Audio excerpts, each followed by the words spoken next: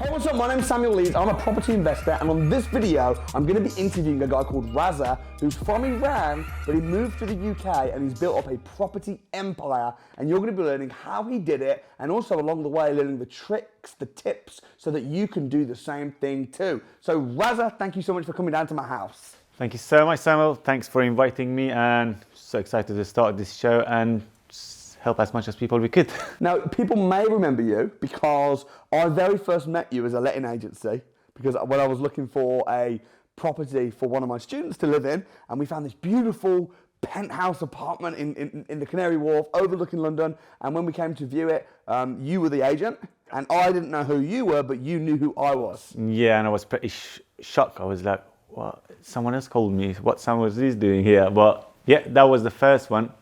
Back in the day when I met you, I was just working at a letting agency, so things changed a lot the last 1.5 years till now. You've also, you've done training with us, you've invested in training, you've done some of the free training, some of the paid for training.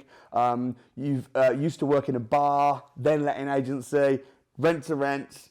You've built an empire, bro. So why don't you just sort of talk through why you got into property in the first place? What was it that you saw about property that was exciting? I mean, I was always excited about property. It's something that, like, I like it. I love it. So I was working in the bars, trying to find a way to get into the market. But, you know, many people, they always tell you, oh, you can't do it. It's like this, it's like that. So I just started to explore YouTube and Google to see how could I get into the property. So I think the first video, when you, I don't know, type on the YouTube property, Samuel Leeds comes up. So I started listening to your videos that you talk. So it just gives me that inspiration that, no, it's not like that. It's not like you have to know someone, or it's not like, oh, you should be educated that much. No, you should just go there and ask. So without anything, just went to an agency, said, look, I don't know anything. When I start, would you help me or not? The guy was like, yeah, just start here for 2 weeks. If you like you, we'll hire you. Oh, wow. So you just got a job in property. So you watched some videos, wanted to get in property. At the time, what were you doing? Working in a bar? As soon as that company told me you could start a job here, I just gave my 2 weeks notice. 2 weeks after, immediately, today I start a bar. Tomorrow, I was with that agency for like, I think less than a year. Nice. After that, I moved to a letting agency because the first one was just a service accommodation company. Right. So yeah, in less than a year, moved to a letting agency, and then I met you. In person. In person. The inspiration level gone much more higher. And then I was like, okay, so let's try something else, because Samuel Leeds telling me that you don't need money to start a business. So knew a couple of people, started ringing them up and saying, you know, it is Corona, I don't have money, but I know how to do it. Would you be happy to give your properties to me, no deposit, no first month rent? I mean, it sounds a bit crazy. No one would believe it, but yeah. I've done it because I literally had no money. So I was like, it's either this or nothing.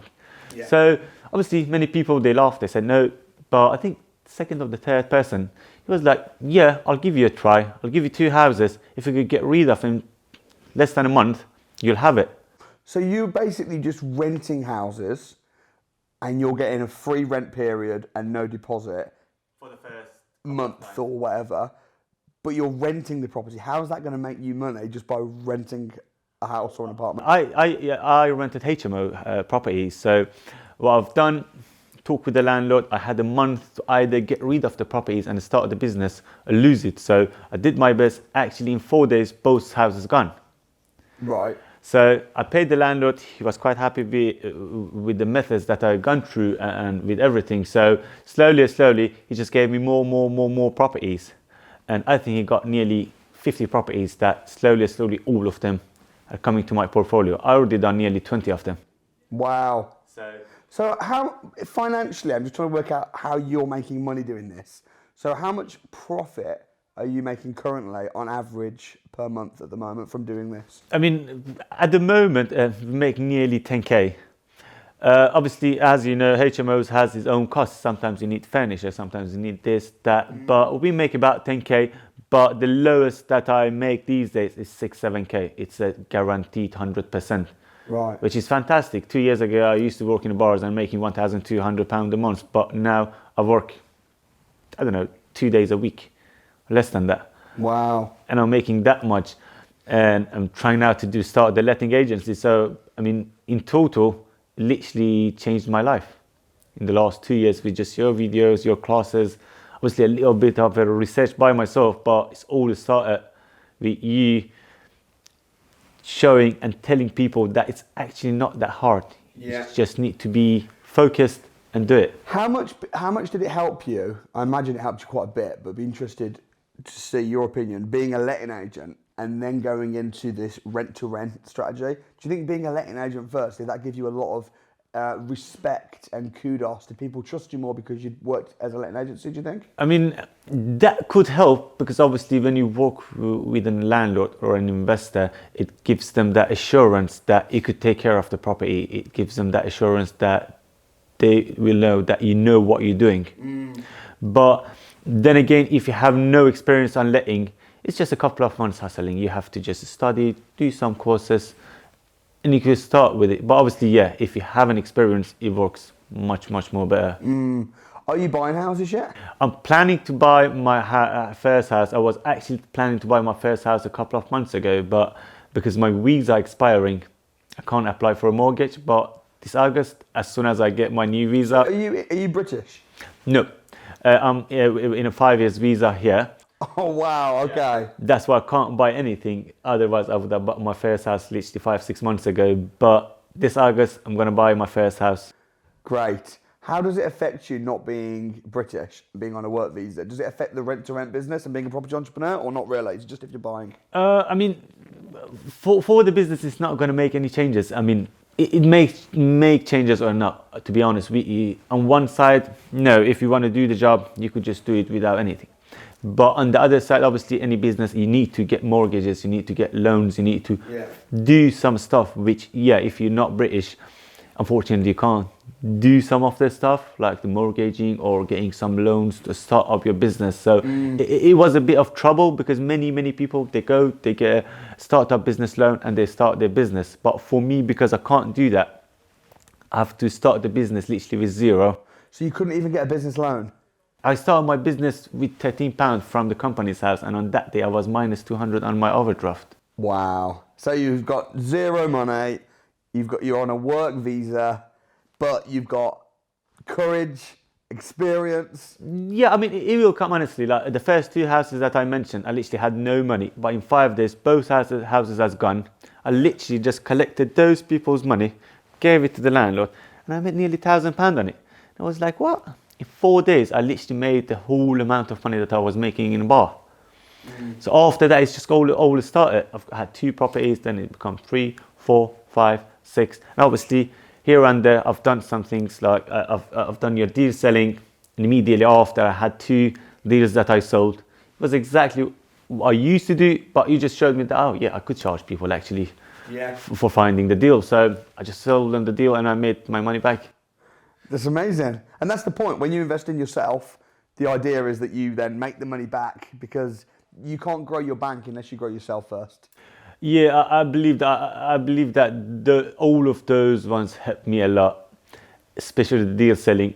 Many people say, oh, it's expensive, it's that, it doesn't worth it. But no, I believe it is. How much did you pay for the deal selling masterclass? £2,000, £1,995. Okay, so you paid basically 2,000. And how much did you make on the first deal that you sold?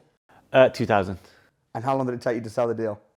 Less than 2 weeks. I mean, we had some things going and coming, but one of them I sold in less than 2 weeks, but the second deal just gone in a day. Amazing. So what would you say to somebody that's in your situation? Maybe they're on a work visa, or they've got no money, they can't get a business loan, but they're really desperate to get into property. What would you say the steps that they should take would be? I would first say educate yourself. Yeah. Because I've seen many people, not thousands or hundreds of thousands, but 10, 20 people that they try to start the business. Obviously it works on the first 6 months, maybe, but you lose it all. So don't start the business thinking that you could make it, thinking that you could start the business and then learn later. It doesn't work that way. If you lose your trust once, you lost it forever. So educate yourself before going anywhere, before doing anything. And second of all, just attend networking. Like go to networking events, meet people. Yeah, I mean, this is the key. Honestly, you could knew how to do it. You could have the money. You could know everything. But if you don't have the connections and networking, you don't have anything. Honestly, all I have now, it just came from my networking. Yeah. I mean, I just didn't sit in my office and someone called me and said, oh, this is my house. No, I just went to networking events, called Landlords, went on Gumtree, Facebook, I don't know, any group, anywhere. Whoever had a property, I was out there asking them. Yes. Even they're not giving their properties to me, but they are landlords. So they somehow managed to be a landlord, so they could help you. They could give you some idea. What happens if you take a property on a landlord and it doesn't quite work out the way you hoped and you can't rent it out and you're losing money? Then what do? You have to pay the landlord up. Honestly, I would do the same myself. I had it once, one of my houses, 2 tenants didn't pay. I just paid it myself because... So there's risk involved then? Of course, there is risk involved in anything. You could just walk to the street and someone hit you and die. There is a risk on that as well. Everything comes with a risk. Yeah. It depends on you. Either you could take that risk or no, say, oh, no, I don't want to make a risk. I just want to work in a bar or in the Sainsbury's and just, live my life. That's true. It's true. How do you prevent that from happening? You're making about £10,000 a month from rent to rent. You've lost money on some occasions, of course, but generally speaking, you normally don't. How do you do your research and your due diligence to make sure that the property is definitely going to be a good deal before you take it on? One of the first things that I've seen many people doesn't do, you have to check your area. Yeah. You have to check to see either in this area, for example, if you want to do a HMO, we have to see what type of house we got, what prices we could rent for it, and what type of clientele we're getting. Are we getting, elderly people? Do we getting people that they are claiming benefit? Do we have students here? Do we have professional workers here? Yeah. I myself, I knew there are a lot of risk on those ones, on the students and every single person except the professional workers. So what I do myself, I only focus on professional people. Yeah. I don't have anyone else in my house as 100% professional people because I knew they pay up. So I'm safe on that side. Right. And also that's your market. So you understand the supply, the demand, you understand who you're marketing to. The worst thing I've seen people do in HMOs is mix students and professionals and benefits. That doesn't work. Yeah. We took over a portfolio of 8 properties less than 2 months ago, which the company was about to get bankrupt. They wouldn't even make the money that they were paying the landlords. When I took over the portfolio, obviously we have to see their books. Then I figured out that they did the same mistake. In one house, they have people that they are students, they have people that are working in a bar, and they have professional people. Yeah. So this doesn't work at all because the time frames is not each other. Someone wakes up at 4 a.m.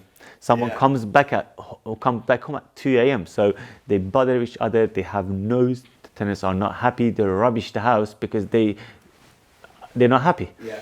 And after a couple of months, they leave you. Right. So you lose your business. So you have to search to see if you want to get a house, what type of clientele you're getting here, and what prices you're looking for. Are you worried about the energy price increases with your HMOs? I was worried about it, but I've done something that it saved me a lot of trouble. Yep. Good contract. You always say that, and is important. You should always have a good contract to save you on many sites. For example, I mean, just even a network provider, they give you an unlimited SIM card, but on a fair use. If you use a lot, they cancel you unlimited, easy. Right. Our system is exactly the same. We'll give you all bills included house. For energy, you have to use a fair amount of energy. So what we do, for example, I just rented a room this morning for a house, and the bill for that house is a 3-bed, comes at nearly 120 to 130 pound a month. Yeah. So what I've done on those contracts, I told them this house has 150 pound credit limit for all bills included contract. If it's less than that, no problem. But if your bills goes to 200, the 3 rooms should pay 15 pound in each. Right. Why? Because I had tenants, they are home 2 hours a day, but the heating is on 22 hours extra. Because they don't care, it's all bills included. They're like, okay, why should I care?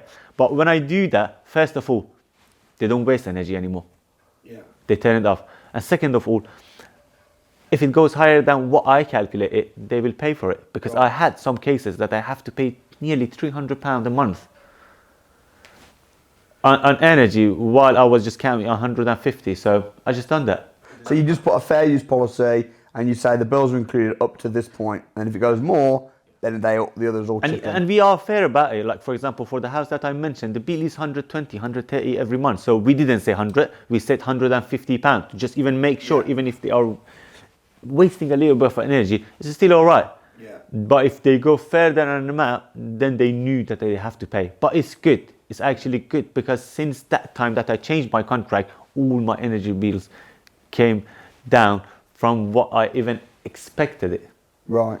So yeah, this is how I do it. So give me an example and a case study as to, you've got, how many rent-to-rents do you have at the moment? 19. 19? Yeah. So, and are they all from the same landlord or multiples? Landlord. Whoa! Okay, this is interesting. So how does that landlord feel about you making 10 grand a month just off of him? Why would he not just say, actually, I'm just going to hire somebody and pay him £2,000 a month and get rid of Razza? I mean, he could do that, but I mean, you're a big landlord yourself. How much your time worth for you? A lot. Very, very expensive. A lot. A landlord who has 40, 50 properties, he is a super, super busy person. Yeah. He doesn't care if I make 10K or 100K on this property. What he cares to get his rent, property is taken care of, and not pay any management fee. Because think of a big landlord, got 50 properties, has to at least pay 20% for management, don't they? Well, I guess if you include the finder's fees with the turnover of the tenants. It's more than that, but they nearly pay 18 to 20% just for management. Yeah, yeah. And if you just multiply that by 50 properties, then you figure out, obviously, yeah, I make 10K a month, but he saves 10K a month. Right. And not paying the commissions. And he got a rent guarantee for the next 5-10 years. But then how do you said you only work in a couple, 2-3 days a week, and it's much less hard than it was when you were in the bar. Yeah. But how have you managed to systemize it and streamline it to the point you have? Because managing 19 HMOs, that is crazy. Like that, for a lot of people, that would be 3 or 4 full-time jobs. Yeah, I mean, I always try to find a smooth way around it, because I'm a type of a guy that always want to automate my stuff. I don't mind paying people more for it, because I love my time be free. So for example, for these ones, I obviously got my team, my handymans, plumbers, this, that. So I pass it to my tenants. Right. And they are a trusted team by me. I knew that they're not going to charge me extra or anything. So just told my tenant, don't call me if you have a problem in your house, call my handyman. Right. He sorted that for you. He's just sending me the bill. So I have no problem for maintenance. And because you know the handyman's not going to go and do a job that doesn't need doing or an expensive Yeah, thing. because, you know, I pay them a good money. I have a lot of jobs. I change a lot of people when I figure out, yeah, they're charging a lot or they're trying to be funny. So I think what people forget about rent to rent is that rent to rent is a business. And the most important part to business is systems, procedures, processes. And if you don't know how to run the business, even if you get deals, people say to me, I'm struggling to get a rent-to-rent deal, I can't get a rent-to-rent deal. It's like, to be honest, you wouldn't be able to handle a rent-to-rent deal. I'm glad that you're struggling to get one, because if it was really easy to just get rent-to-rent deals, then what would happen is people would get rent-to-rent deals, but then they'd mess it up. Does that make sense? yeah, I mean, we had a lot of people, if you just, sorry, I wasn't here obviously by that times, but I do a lot of research on the market to see how people failed. And because I don't want to go those paths. So if you just go back to 2008, 2010, 12, even before 2016, many people did the same. Yeah. Just did it. But after 5-6 months, they just figure out, oh, you know, I can't handle it. Right. And they lost it all. I mean, I know 2 people, both of them with more than 50 properties. They were making nearly 30K a month each. Yeah. But they lost the business. They completely lost the business. And that 9 house that I told you was the last houses that we took from the same business that's making 30K a month. They came to the point that they couldn't manage to pay their bills and they have to give their properties free to us. Right. To take care of it. So this is how you could see like a bad management, what can do to you. Yes. And I'm just seeing what people does and fail, and I don't do them. Easy. Why do landlords pass their properties over to rent experts? Well, there are many reasons. The first that I figure out, it's the management fee. Yeah. It is really important because many landlords, they have their properties on mortgage, and after paying the mortgage and the management fee, nothing gets left. So Right. if they give it to the property management company, at least they knew that at the end of the month they make a little bit of money. Yeah. And the second one, empty periods. And I came to the market on a good time, being honest, because when I started my business, it was Corona time. Yeah. No one would have come to the HMO business because no one would have paid rent. But I figure out that my area is not like every area. My area is professional area. So Where's your area? Canary Wharf. Canary All Wharf. my houses are in Canary Wharf. I just do business in Canary Wharf and central London. That's it. So I was like, okay, the time that no one opens a business, I will open a business. It's impossible. We're living in London, one of the biggest and luxurious and, I don't know, best cities in the world. How come I can't just start a business and rent a couple of properties? Come on. It is ridiculous if I can't do it. It's incredible though what you've done to start with nothing in the Canary Wharf, London, one of the most expensive parts of the UK, and to just be like, right, I've got no money, but I'm gonna and now. I mean, to be honest, and the first time I didn't have anything to lose. The landlord just gave me the 2 properties. He said, in a month you have 7 rooms to fill. If you fill 6, you lost the deal. You give me the 6 tenants, and you just walk away. I said, okay, cool. Just give me a month. Let me try. Yeah. So it was a matter of living and dying for me. I was like, either I have to do this, I'm just gonna lose it. Yeah. So I've done it. It worked. I moved to the next one. And yeah. How much were you getting paid as a letting agent when you were back in the day when you had a job as a letting agent? I mean, a letting agent in UK makes between 30 to 50k a year. Okay. So you were working in bars, getting 1,200 a month. You then thought, I want to get into property. You watched my videos. You got some confidence. You walked into some agencies. You got a job, a pay increase, and then you went from a letting agent to thinking, actually, I can be an entrepreneur, and I can rent properties, manage them myself, use the rent-to-rent strategies. And now you've got 19 properties. How many rooms? How many units? Well, we got 1-bed flats with 2 rooms. We got 6-bed houses. So Right. So you got HMOs, apartments. Do you do serviced accommodation as well with your rent-to-rents? I was thinking about doing the service accommodation, but I just figured out that I don't have the basis ready yet. Right. I'm sure that I will do it one day. Yeah. In central London, definitely. But I'm a type of a guy that I don't jump to 100 things in Right, one go. okay. Yeah, I want to finish this one and go to next Yeah, one. yeah. So I've done the room company. It works perfectly for itself. Yes. Now I'm in the letting agency. Yeah. Hopefully next one. Right. Okay. And I guess service accommodation as well comes with different rules, different regulations. So you've kind of just found your niche and just killed it. Yeah, because I do believe you could do anything. You could move sofas. Yeah. Be as your professional, but if you do it perfectly, you're gonna be okay in it. So I found these 2. I'm gonna stick to it for a couple of years to make it to a level that I think now it could control itself. And obviously then the next one, the next one, the next one. It's never finishing. What do you think in terms of, we've talked a lot about property and skill set and processes, but in terms of person, I think that you've got to have a certain attitude, mentality in order to win in business. It's not property. Yes, I think property is probably the best way to make money in terms of all the different other strategies. I think property is the safest and the most lucrative, in my opinion.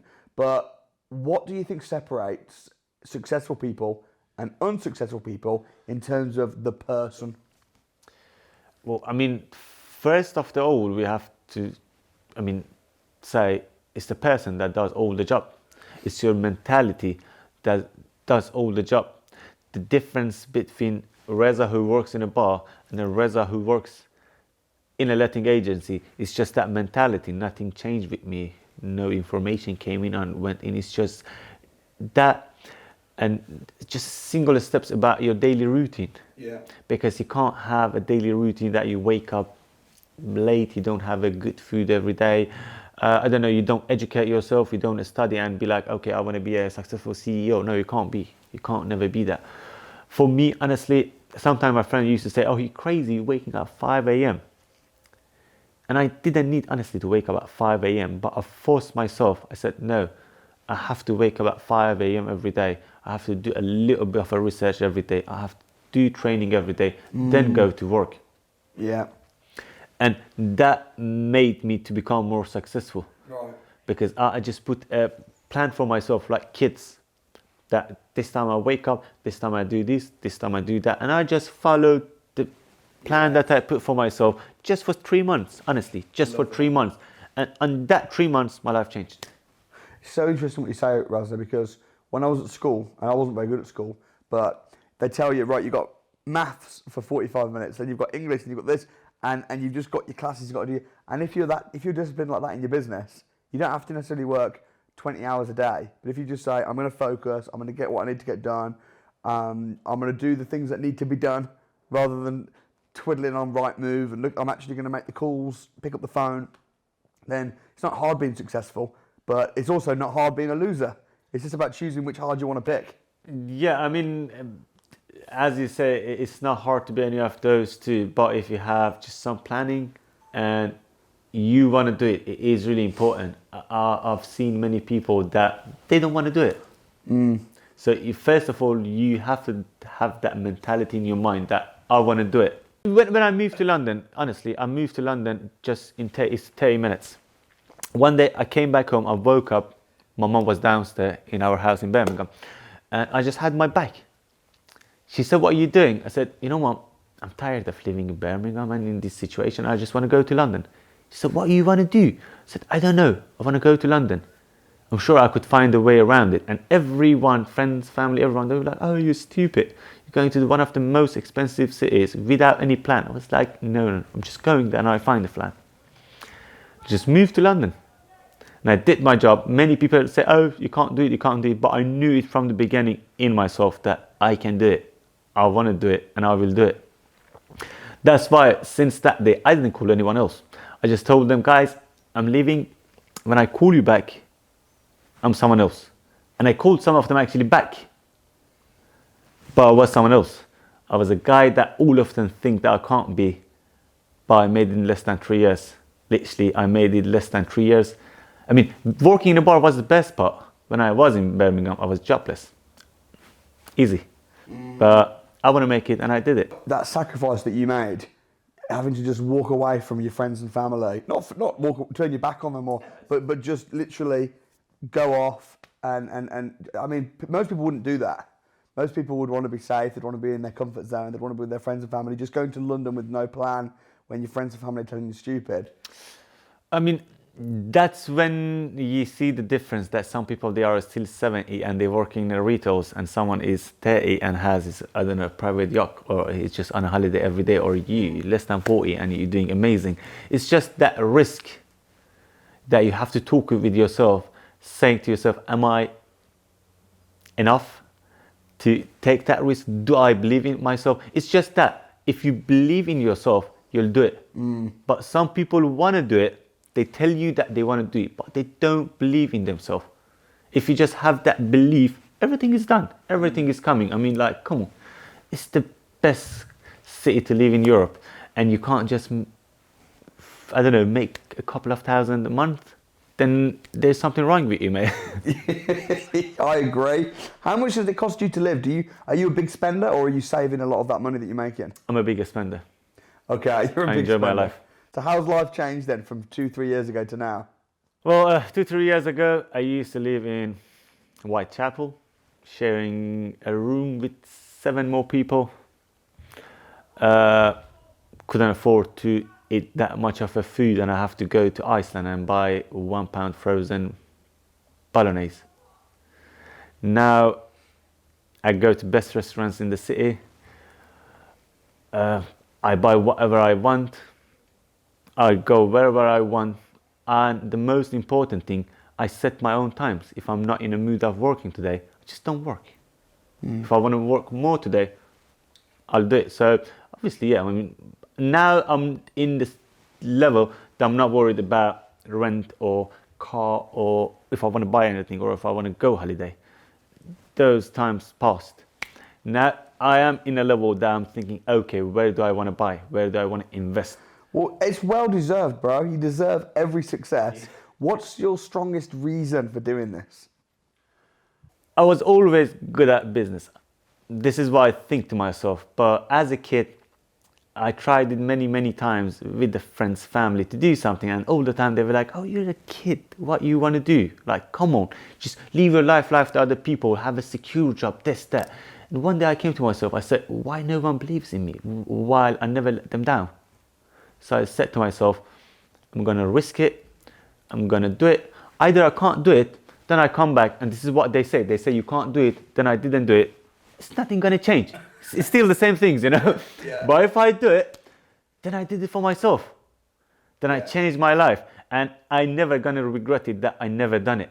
Yeah. Because this is really bad. Regret it that you never done it. Yeah. This is the worst case scenario that could happen to you. Well, dude, I'm inspired by your story. And I'm excited to help you move to whole new levels as well. I mean, you already help a lot, mate. What's it been like working with me and, you know, sort of, I know you've done some of the training and a lot of the networking. What's the experience been like? The experience has been amazing because first I learned a lot about the business.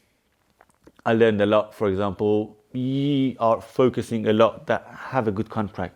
This good contract saved me a lot from many, many losses. And the second of all, this energy that you get motivated. You're like, yeah, come on, do it. And one thing I like about it, it's like, you're not like other, I don't know, trainers that they tell you, okay, do this, let's do it. Come back next week, tell me what you did. No, you're the type of a guy that you show it to us and then you force us. You're like, do it now. And you can't run away. Like if I be on my phone, someone from like, I don't know, back shouts, hey, do this. So you have to do it. Yeah. And when you do it, then you figure out, oh, it's not that hard, you know? Right. So those classes, again, helped me to gain more confidence because after the deal selling, then I get the inspiration that, you know, I have to go bigger. Yeah. I just stuck in a room for like 6 months now. It's too much. Every 3 months I have to do something. So I was like, okay, let me start a letting agency. What's the name of your business? Which one? Well, your main one. Well, the main one now is Roomsy. Roomsy. We do rooms. Yeah. And it was so funny because I chose the name in 10 seconds. Because when the landlord said, yes, I actually does that, while I was talking with him, I had the chance to just open the company.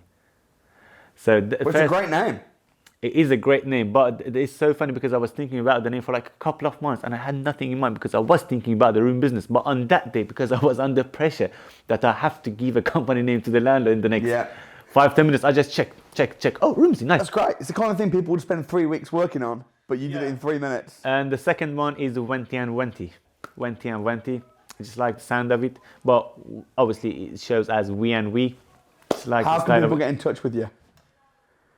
Instagram. LinkedIn. I'll put your Instagram details in the link below. Thank you so much. Well done, my brother. I'm so proud of you, man. Thank you. I appreciate it. And yeah, I mean, the second business starting, obviously we took everything. We have everything ready. Yes. But officially, we did not start trading crazily because I've got a big landlord that I want to add. So as soon as we have that one, then we're just going to fly. So you're about to blow even bigger. Let's take that 10 grand a month to 100 grand a month. Oh, I'm thinking more than that. Well, I only got a landlord with 200 properties that I want to join. Just waiting for me. That 200 properties itself is $250,000 business a year. Right. So this is my thing that I think it works perfectly. Many people, they're just looking for properties and they don't mind it. I don't look for properties or landlords. I look for investors. Some people with 200 properties. 100 properties. That's why I could manage my time because instead of having 20 properties from 20 different landlords and calling them every week, wasting my time, I have one landlord with 20 properties. I call him once a week. Yeah, makes sense. Again, it's all about process and procedures and systems, time management. Love it, bro. Hey guys, I hope you enjoyed that. We could chat for hours. I'll leave his details, Instagram below in the description. Also, if you want to come down to a live training class like Razza did, you want me to kick your ass, help you get successful in property, I'm gonna leave a link in the description. And guess what? Free tickets available right now, limited spaces, so get booked on. I've been doing these interviews every single week for the last 3 years or so. So there's a playlist of like well over 100, I think there's like 170 people right now. So you can listen to some more stories, be inspired, get booked on the free training, and I'll see you next time.